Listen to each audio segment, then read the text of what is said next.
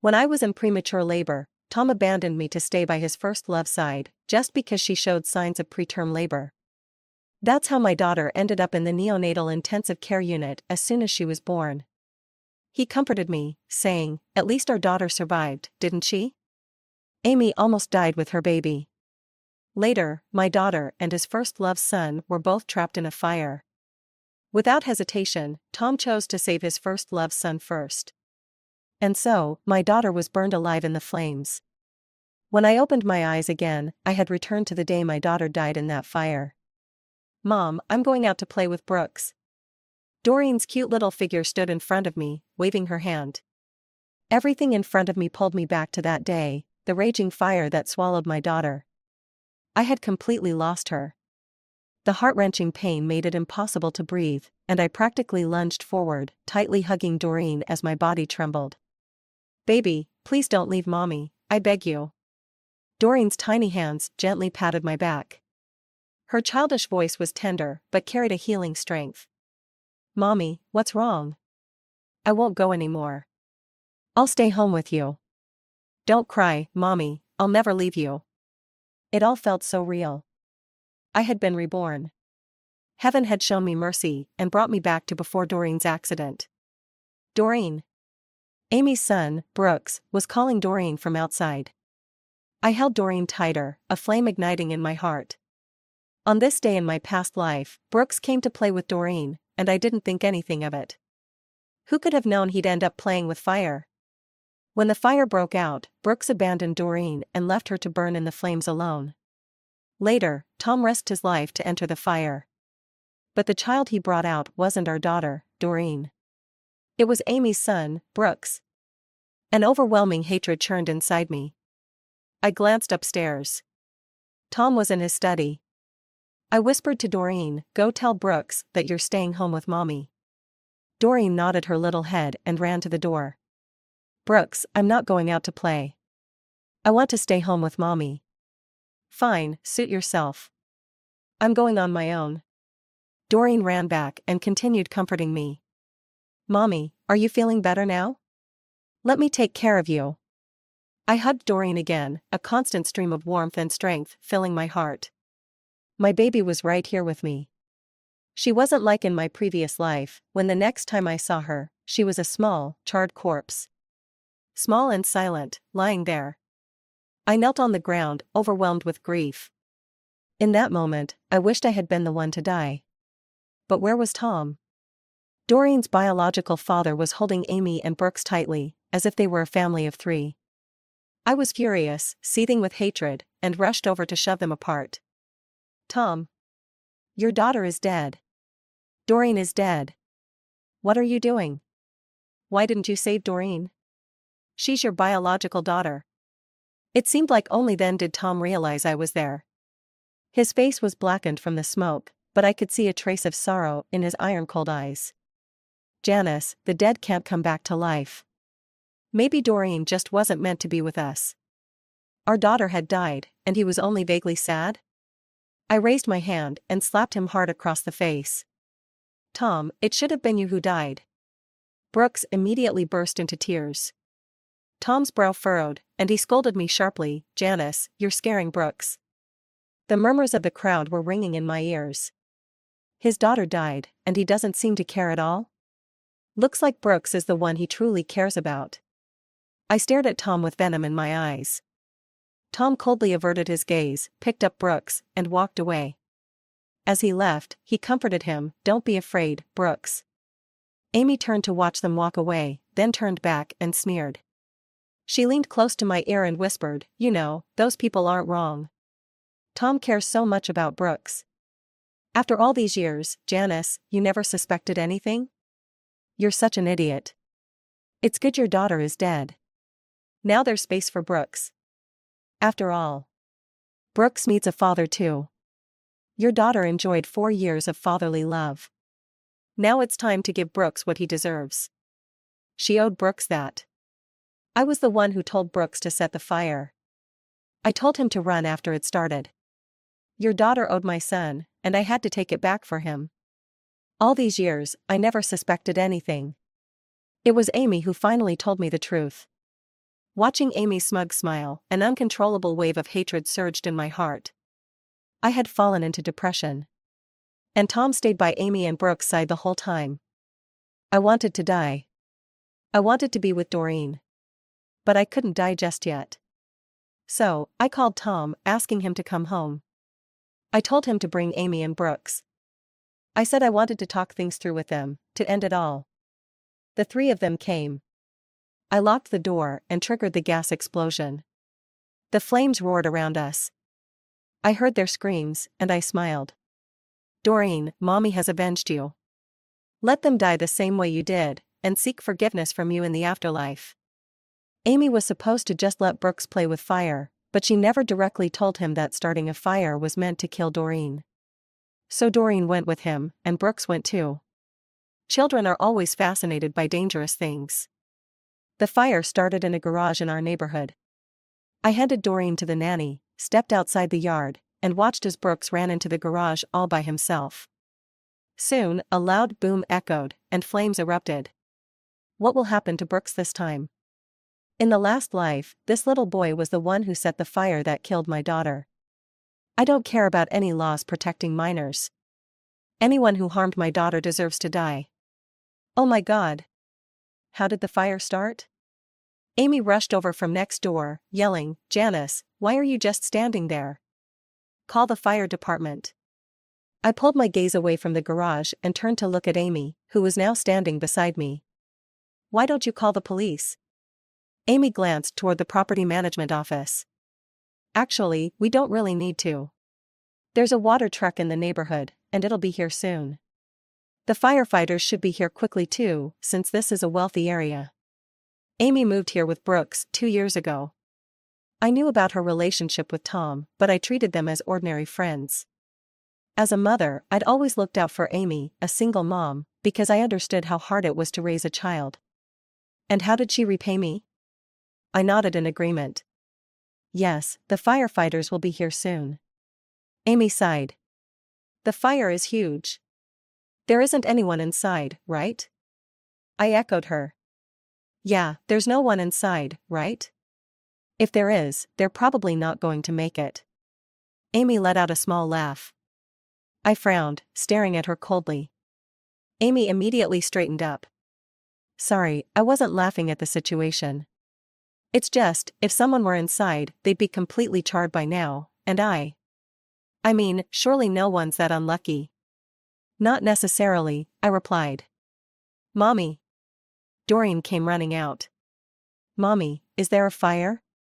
I know, if there's a fire, we should call the fire department. Doreen? Amy's sharp voice cut her off. What, why are you home? Weren't you out playing with Brooks? I picked Doreen up and gave Amy a small smile.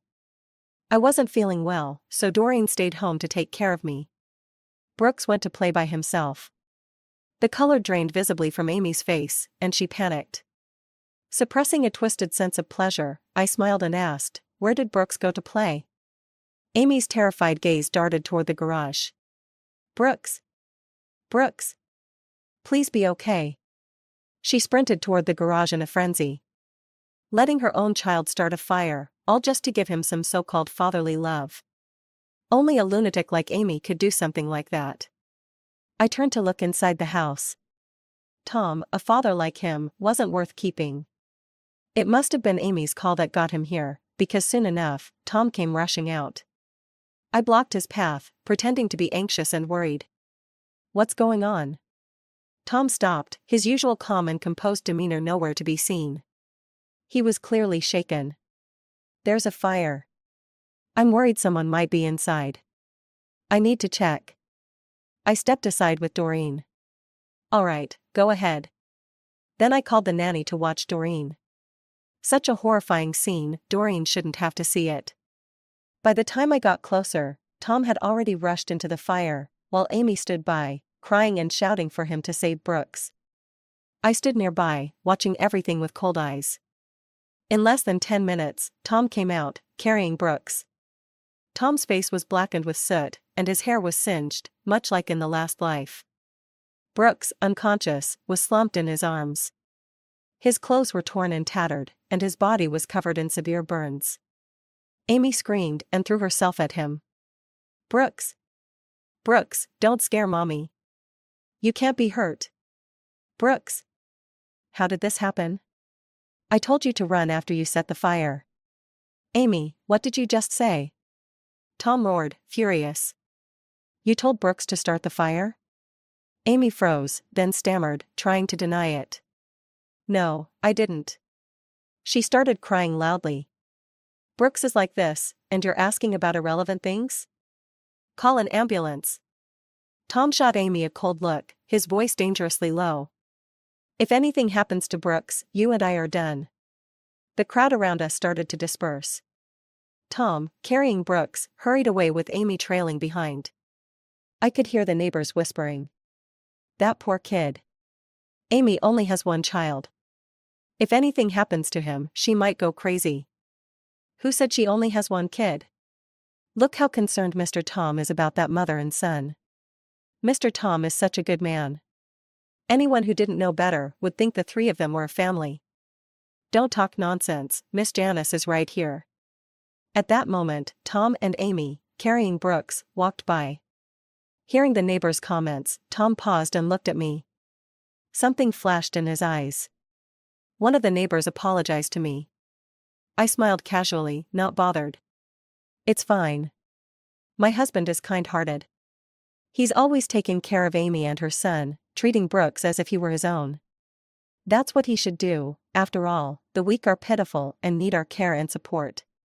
Isn't that right, darling?" Tom's dark eyes narrowed slightly, and he nodded. "You're right." Amy, on the verge of losing it, shouted, "Tom! Now's not the time to be chatting with her. Hurry and get Brooks to the hospital."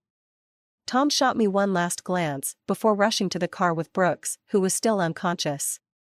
Amy followed right behind. At dinner, Doreen asked, "Mommy, aren't we waiting for Daddy? Isn't today his day off? Did he go back to work?" I bent down and kissed Doreen on the cheek. "Sweetheart, Daddy's busy. Isn't it nice having Mommy with you? From now on, whatever Doreen wants to do, Mommy will be with you. How about that?" Doreen smiled brightly. "Yes. I love playing with Mommy the most." I ruffled her hair. "Let's eat." Sitting down again to eat with Doreen, I couldn't help but tear up as I watched her cheeks puff up with food. Doreen was still here, and that was everything. Tom didn't come home all night. It was better that way. I held Doreen in my arms all night without sleeping. She felt so real in my arms, but I was terrified that it was all a dream, and when I opened my eyes, she'd be gone. The next morning, when Doreen woke up, she snuggled closer. "Mommy, can you sleep with me every night from now on?" I kissed her forehead with a smile. "Of course." After breakfast, I took Doreen to school. Watching her small figure disappear into the distance with her backpack, my heart felt emptier and emptier. But I knew this wasn't a dream. Doreen was really back with me. I couldn't just sit around, though. There was so much I needed to do for our future. Despite not sleeping all night, I felt energized. When I arrived at the office, Tom's assistant, Andy, rushed over to find me. "Miss Janice, where is the president? His phone's unreachable, and the president of Wisdom Corporation has already arrived. Tom's dealing with something and won't be coming to the office for a while." "I'll handle the project," I instructed. "Give me the files, and I'll meet with the president of Wisdom Corporation." Andy frowned slightly. "But the president considers this project very important. It's one of the key projects of the year." I smirked. "What's the matter? Do you think I, the vice president, am unqualified to handle a key project, or do you doubt my ability?" Andy panicked. "No, that's not what I meant." I didn't make things difficult for him. Since I couldn't reach Tom, I called Amy instead. It took a while before she answered, her voice exhausted and laced with resentment. "Janice, what do you want at a time like this? Are you happy that something happened to Brooks?" If this were my previous life, I might have thought she was unfairly judging me. But now, I couldn't deny it, I was happy. I just couldn't show it. "What are you saying, Amy? How could you think that of me?" Amy seemed to have realized her attitude, and her tone softened a lot. Do you need something? I glanced at Andy and asked with fake concern, how's Brooks? Amy snapped, you were there, too. Why are you asking me? The image of Brooks being rescued from the fire flashed in my mind. His flesh was torn and bloody, it was disgusting. But compared to Doreen from my previous life, his injuries were nothing. I got to the point, Tom's assistant can't reach him. There's something urgent at the company. Have him answer the phone. At a time like this? Amy cried, Janice, right now, Brooks is the most important thing to Tom. The company doesn't matter. I had the phone on speaker, so Andy heard that, too. He immediately said, since the CEO can't come back, forget it. Brooks is more important. Amy hung up. I put my phone away and coldly asked Andy, you know Amy and Brooks? Andy clearly knew them, there was a flicker of guilt in his eyes. I've been with the CEO for years. Amy's his friend, so of course I know her. So, it wasn't just Tom and Amy hiding things from me, Andy was in on it, too. What about Tom's parents? In the past 2 years, they visited Doreen more frequently, but every time, they brought gifts for Brooks, too. They'd say, it's hard for Amy to raise a child on her own. We watched her grow up, so we try to help when we can. A chill crept over my heart. After composing myself, I continued, you heard what Amy said. Tom is at the hospital with Brooks, and he can't meet the CEO of Wisdom Tech. Give me the project files for Wisdom Tech. Yes, Andy nodded and went to retrieve the documents. As I was looking through them, I got a call from Tom. Janice, my phone just got charged. Were you trying to reach me earlier? I replied honestly, the CEO of Wisdom Tech is here. Andy came to see me, and I know you're with Brooks, so I'll handle the Wisdom Tech project. Can you manage it? Tom's voice was filled with concern, and I could hear the exhaustion in it. He probably hadn't slept all night. What else can we do? I asked, hesitating. Can you come back right now? How's Brooks doing? Before Tom could answer, I added, honestly, I think you should return. No matter how close you are to Amy, this project is worth billions for the company. Isn't that more important? Tom hesitated for a moment, then said, Janice, I really can't leave right now. Brooks, his injuries are really severe. I'm counting on you to handle things at the company. Thanks for your hard work. I let out a long sigh, all right then. Janice, Amy and I have been friends since childhood. I can't just leave her alone, especially now with Brooks being so young. He and Doreen were born on the same day. Think about it, what if it were Doreen? Tom was still trying to explain. I cut him off sharply, Tom, are you out of your mind? Comparing your daughter to this situation? That's not what I meant. Tom's voice was urgent. Enough, I get it. Just leave the company to me and focus on taking care of Brooks. I hung up. Tom still dared to mention that Doreen and Brooks were born on the same day. Doreen was born a month early. I had been very careful throughout the pregnancy, and my parents even hired a medical team for me. I followed every instruction from the doctors. I remember that day, Tom's mom came to visit and made me fish soup. She called me downstairs to drink it. As I was going down the stairs, I suddenly slipped and fell. There was so much blood. Tom's mom just stood there screaming. It was the housekeeper who called the ambulance and then phoned Tom, telling him to come back immediately. Tom arrived just before the ambulance and had barely stepped in when he got a call from Amy. He hung up and said to me, Janice, Amy is showing signs of premature labor. She's all alone, and I have to go be with her. Through the pain, I clutched Tom's clothes desperately. Tom, save our baby. Tom gave me one long look, then pried my hand away and left without looking back. That wasn't the first time he put Amy ahead of me, his wife. At that moment, I gave up on him completely. Doreen was sent straight to the neonatal unit after birth. I was bedridden and unable to move. Tom didn't visit me until the next day. When he saw my cold stare, he actually said, At least our daughter survived, didn't she? Amy almost died with her baby. Every time I think of that, I want to slap him and kick him. Now that I think about it, did Tom's mom tamper with the stairs that day? The housekeeper, who came with me from home, had always been very careful. She even wiped the stairs dry with a towel after cleaning. There's no way I could have slipped.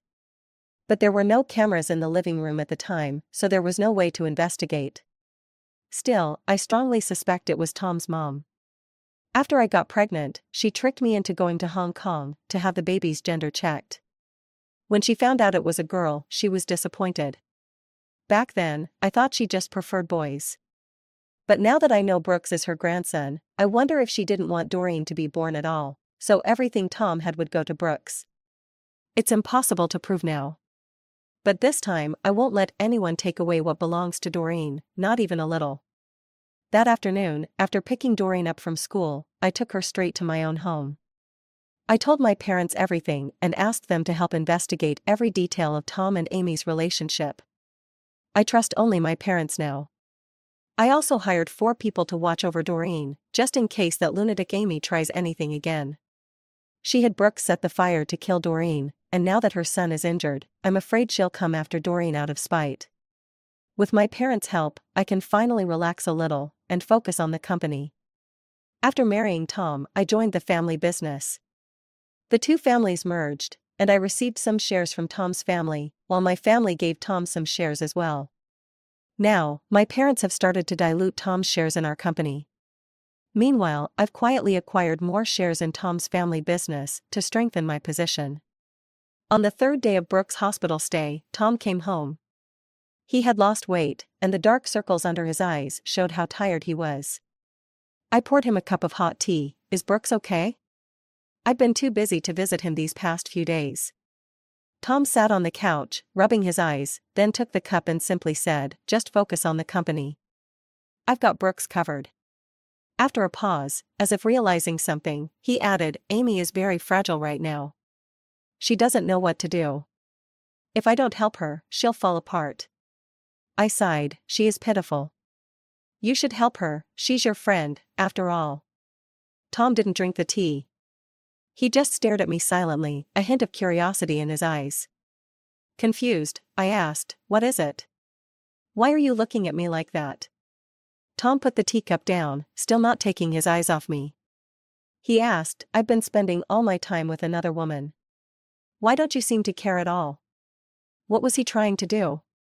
Make me jealous? I laughed. "What are you talking about?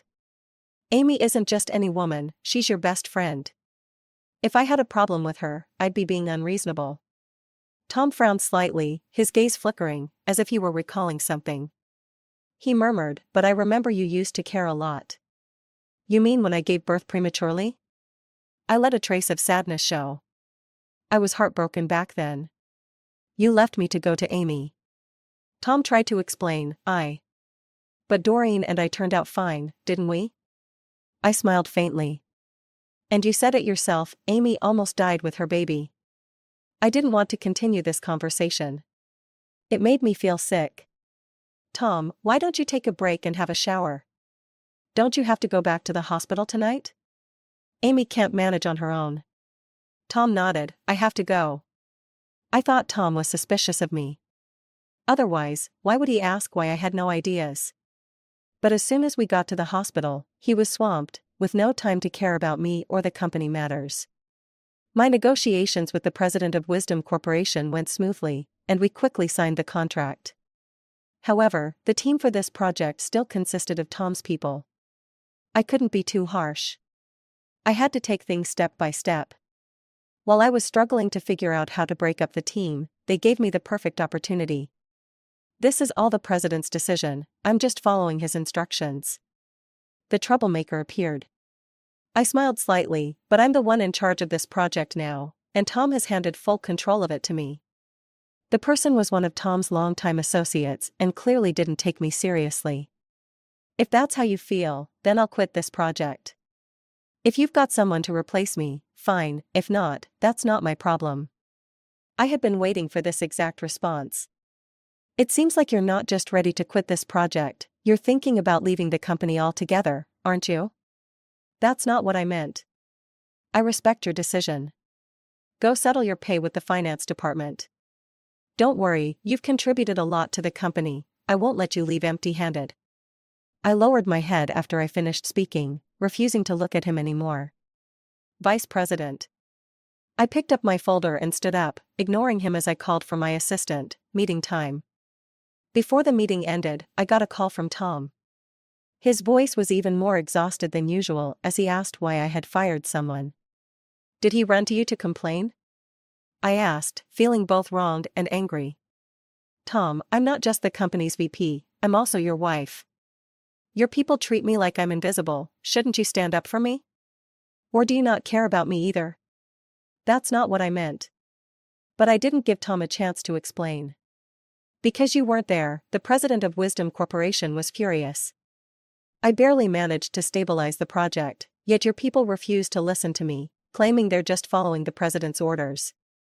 Tom, maybe you should come back. I'm done with this project. Just as Tom was about to speak, Amy started making a scene. Brooks keeps crying out in pain, and you're still on the phone. Are you even Brooks? Brooks' father? Tom didn't let Amy finish. I can't leave the hospital right now. Please take care of the Wisdom Project for me. With that, he hung up. The man was fired. But I wasn't that happy, it was just one person. Even if I fired everyone from the company, it would still belong to Tom. I needed to make the shareholders lose faith in him. Next, I fired a few more people, all of whom were Tom's trusted aides. Eventually, he returned to the company. Brooks' condition has stabilized for now. I'll take over the Wisdom Project. Thanks for handling it during this time. I handed him the documents. You should have come back sooner. Oh, by the way, I've fired a few more people. They didn't respect me. Of course, if you want them back, feel free. They may not care about me as the company's VP or your wife, but now that I'm no longer managing the project, I don't have to see them. I have no intention of bringing them back. I've spoiled them too much. Tom could only say that. But I was a little surprised, I thought he wouldn't give me that much face. I'm heading back to my office. Tom took the documents and walked out. I called after him, Tom, why don't we take Doreen out for dinner tonight? You haven't spent time with her in a while. She misses you. Tom turned around and nodded. That evening, I took Doreen and Tom to Doreen's favorite restaurant. Don't be fooled by her young age, Doreen, even at just 4, is a picky eater. Tom wiped Doreen's mouth. Look at her, she's making a mess. I said with a smile. Tom immediately took out a handkerchief and wiped Doreen's mouth as she sat in her high chair. I clasped my hands together under my chin, smiling as I watched the scene unfold. That moment was captured in a photo, which quickly spread everywhere, newspapers, online. The next afternoon, Tom received a call from Amy during a meeting. Tom, what the hell are you doing?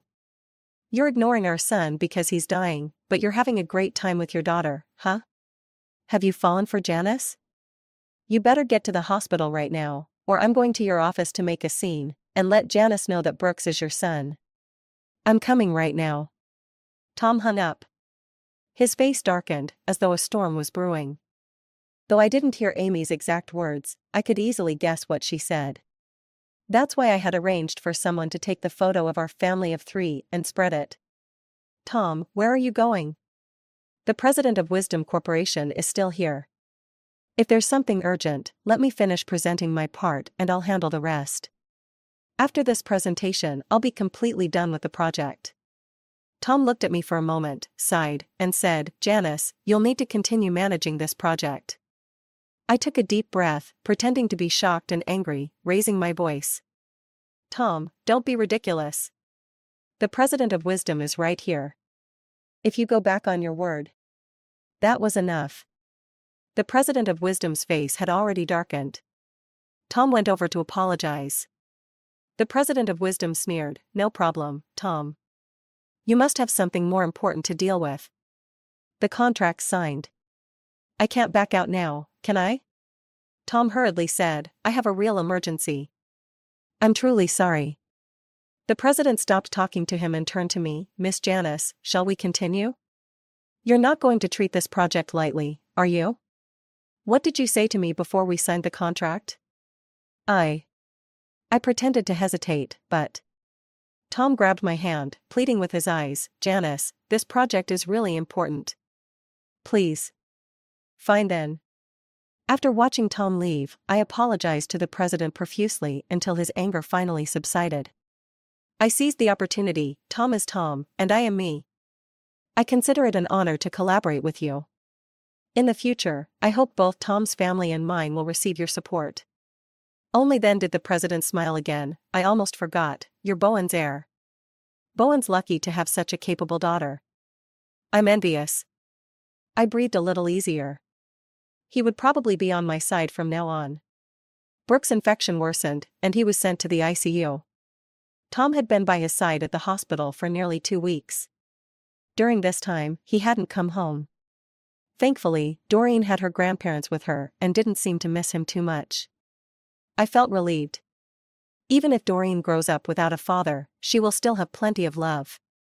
As for the company, I had already removed all of Tom's people from the project team, firing who I could and relegating the rest to insignificant tasks. I knew I was being bold, but Tom was truly tied up at the hospital. But there were still his parents to deal with.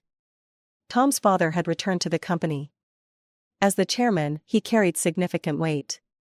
He asked me about the project, and I answered truthfully, leaving nothing out. Of course, he wasn't there because of a single project or a few fired employees. Finally, he said, "Tom's been away from the company for a while, and I've heard you fired quite a few of his people. Janice, we're family, so I won't beat around the bush. Your actions are raising suspicions. There's talk in the company that your marriage with Tom is in trouble and that you're trying to take over the entire family business." I laughed. "Dad, do you really think I'm that capable?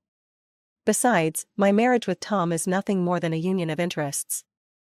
I even gave birth to his family's child. Tom doesn't have any other children. This company will belong to Doreen in the future. Why would I need to take over now? Dad, I'm not that short-sighted." Tom's father paused for a moment and then nodded. I continued, "I know. Our family business is so big, it's better to have a son to inherit it. That's why I plan to have a son with Tom. As for Doreen, I just hope she can live a carefree life." Hearing this, a smile appeared on his face. "You're right. I also hope Doreen doesn't have to work so hard. She's our little princess, she just needs to spend money." He's so happy just because I mentioned having a son. How ridiculous. After seeing Tom's father off, I called my dad to ask him how the investigation into Tom and Amy was going. I needed solid evidence of Tom's affair to launch a public campaign and force the shareholders to act. "I was just about to call you," my dad snorted. "Has Tom done a paternity test yet?" I had a feeling about what was coming and grew a little excited. "Dad, explain clearly." My dad gave another cold laugh. "That Brooks isn't even Tom's son. I'll send you the photos in a bit." After we hung up, I received the pictures my dad sent. In the photos, Amy was heavily pregnant, standing next to a man who wasn't Tom. My dad also told me that Amy hadn't delivered early as she claimed. It was all a show for Tom. He had already sent someone abroad to find that man and was preparing to have a DNA test done between Brooks and him. When this blows up, let's see how Tom explains it to the shareholders. I thought about it and said, "Dad, let's stir things up together. Wait for my signal." My dad spent some money to get Brooks' DNA profile. When compared with Tom's, it turned out they weren't father and son. "Tom, oh Tom, you've really made a joke of yourself, just like I did in my previous life." I made some preparations and took time to visit Brooks. When I arrived at the hospital with a fruit basket and bouquet, Tom and Amy were in the middle of an argument. "Do you think just staying in the hospital will make Brooks wake up? What about the company? Should I just ignore it?" Amy was crying. "All you care about is the company. What about Brooks?" I walked over. "What's going on here?" Tom's angry face quickly turned panicked, and he shot a warning look at Amy before rushing over to me. "Janice, why didn't you tell me you were coming? I haven't been to see Brooks once since he's been in the hospital, and today's the first time I found time."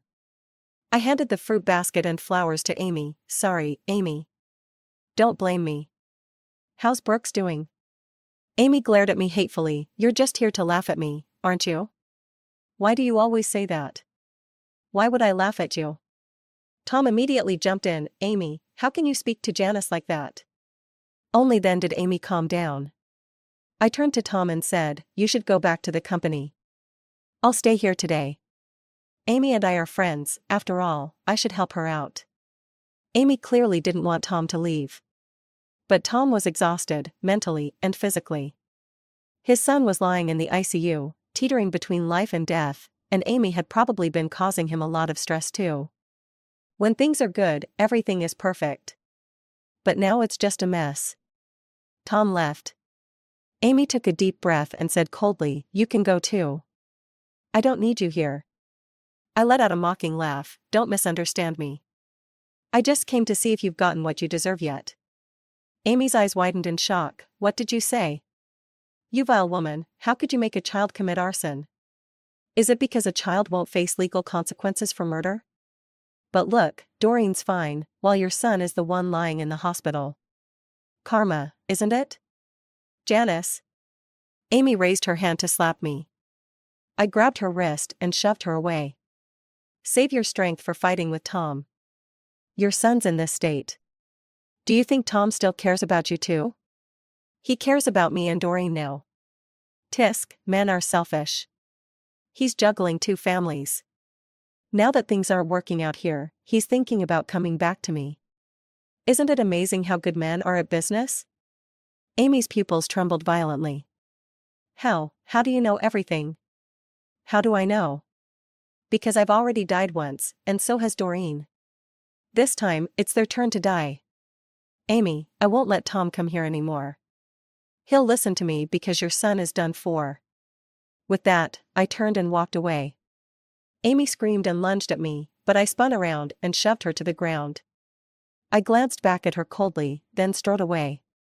Amy's curses echoed behind me, but I didn't care. When I got home, I laid everything out for Tom. He grabbed my arm tightly. Janice, forgive me. From now on, I'll only stay with you and Doreen, okay? Tell your dad we'll have another son. I know you still love me, and you don't want to leave me.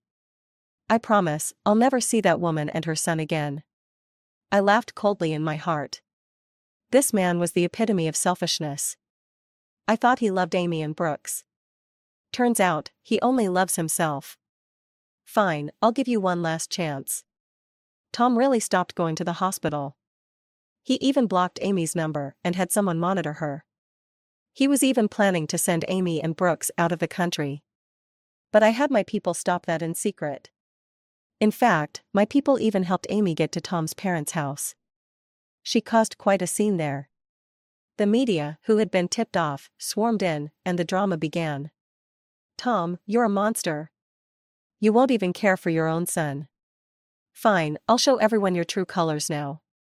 Tom, you're just a cheating scumbag. All these years, you've been sleeping with me and still refused to divorce your wife. I even gave you a son. You said everything you have would go to your son. Now that something's happened to him, you've gone running back to your wife and daughter. Tom had his people restrain Amy and kick the media out. But the news still got out. Tom's family business took a massive hit, with the stock prices plummeting. Meanwhile, I bought up many of the shares on the market and informed my dad that it was time for Brooks' real father to make his entrance. And now, I was at the shareholders' meeting. Tom's father sat at the front, his face dark with anger. The shareholders were all speaking out. Tom, you owe us an explanation. Chairman, I propose we remove Tom from all positions within the company. I just had to sit back and watch. I didn't even need to speak. Tom's father's chest heaved with rage. At that moment, a commotion erupted outside. Chairman, there's a man downstairs, claiming to be Brooks' father, demanding that Tom compensate his son. After an awkward silence, Tom shot to his feet. What? He stormed out. I immediately went to support Tom's father. Dad, let's go see what's happening. At the company's entrance, the media had gathered again. Brooks' biological father shouted, demanding that Tom pay for his son. Tom yelled angrily, "Who the hell are you?" "I'm Brooks' father." Oh, and another key player was about to make her entrance. I had brought Amy here. When she saw Brooke's father, she froze in shock. "Ken? What are you doing here?" Ken's eyes were bloodshot as he stormed up and grabbed Amy by the hair. "Give me my son. You said we'd use Brooks to get money from Tom, and if we got lucky, Tom's whole family empire would go to Brooks. Now look, we've got nothing, Brooks is about to die, and you owe me my son." He threw Amy to the ground and started beating her, then charged at Tom. "Give me my son." Tom's eyes were bloodshot. "Amy. You lied to me. Whose son is Brooks, really?" Amy sobbed, unable to say a word. The two men started fighting. Tom's father, unable to take the shock, collapsed to the ground, convulsing. The scene was complete chaos. Tom's father was rushed to the hospital, where he was diagnosed with a stroke and left paralyzed. He could only sit in a wheelchair, unable to speak clearly, drooling whenever he tried. The matter became more and more serious, and the entire Tom family group became a joke to everyone. Not only did the stock price fall, but it was also despised by people in the circle. Tom was furious and went to question Amy and Brooks' biological father. He finally figured out that Brooks was not his child. At this time, I stood up and wanted to divorce Tom. He cheated first, and Doreen's custody belonged to me. Tom refused to divorce and begged me to give him a chance. How could I give him a chance? He vented all his anger on Amy, and did not look for his own reasons at all. He actually drove directly to kill Amy and Brooks' father. There was also news from the hospital that Brooks had died. Tom regained his composure after being detained, and began to regret again, saying that he did not kill intentionally, he was just too angry, and he killed impulsively because of his anger. But the court's judgment was not something he could influence with a word. Tom's family was in chaos, and I stood up to take charge of the situation. Tom's mother cried and begged me, "Don't divorce Tom, you are the only one now, otherwise the shareholders will not let us go." I looked at her coldly. "On the day I gave birth prematurely, you did something on the stairs, right?" Her face turned pale. You. It doesn't matter whether you admit it or not, you have nothing now. I will never let Doreen admit that you are her grandmother again. You should think about your future. As for your son," I sneered, "he probably won't be able to support you in your old age." She wanted to rush over, but I pushed her away. She could only sit on the ground and cry. On the way out, I received a call from the police station saying that Tom wanted to see me. I went. Tom was also injured, with gauze wrapped around his head, and was still in the detention ward. When he saw me, he rushed over, but was stopped by the police again. He was no longer as handsome as before, with tears streaming down his face, so disgusting. "Janice, I know everything. Are you treating me like this because I didn't save Doreen?" I was shocked. Tom actually awakened his past life memories. "But so what?" I sneered, "Since you know everything, then die clearly." I turned and walked out. I heard Tom shouting behind me. "Janice, I was wrong. I love you, Janice. I agreed to marry you because I love you and I love Doreen too. Don't worry, I will be reborn again. Once again, I will definitely treat you and our daughter well." Tom was sentenced to life imprisonment. His father is still drooling in the hospital. As for his mother, I have plenty of ways to deal with her. But I don't. I'd better do some good deeds and just send her to the countryside. I have completely taken over the Tom family group, and I will lead the company out of the predicament, because these are all Doreen's property. After another day of hard work, I got home from get off work. "Mom." Doreen rushed over and hugged me, saying aggrievedly, "Mom, Grandpa cheated." I looked at the Monopoly on the coffee table, then looked at my dad, and pursed my lips helplessly. When I was a child, my dad taught me to play mahjong, and after teaching me, he cheated. It was Doreen's turn again. But fortunately, he didn't teach Doreen to play mahjong. My mom and the nanny came out of the kitchen. "Stop playing, wash your hands, and eat." My dad wanted to come over and hug Doreen. Doreen opened her arms. "Okay, then I forgive Grandpa." I watched my dad holding Doreen to wash his hands, and my heart was warm. That's great. Everything should be like this. Everything should be like this. End.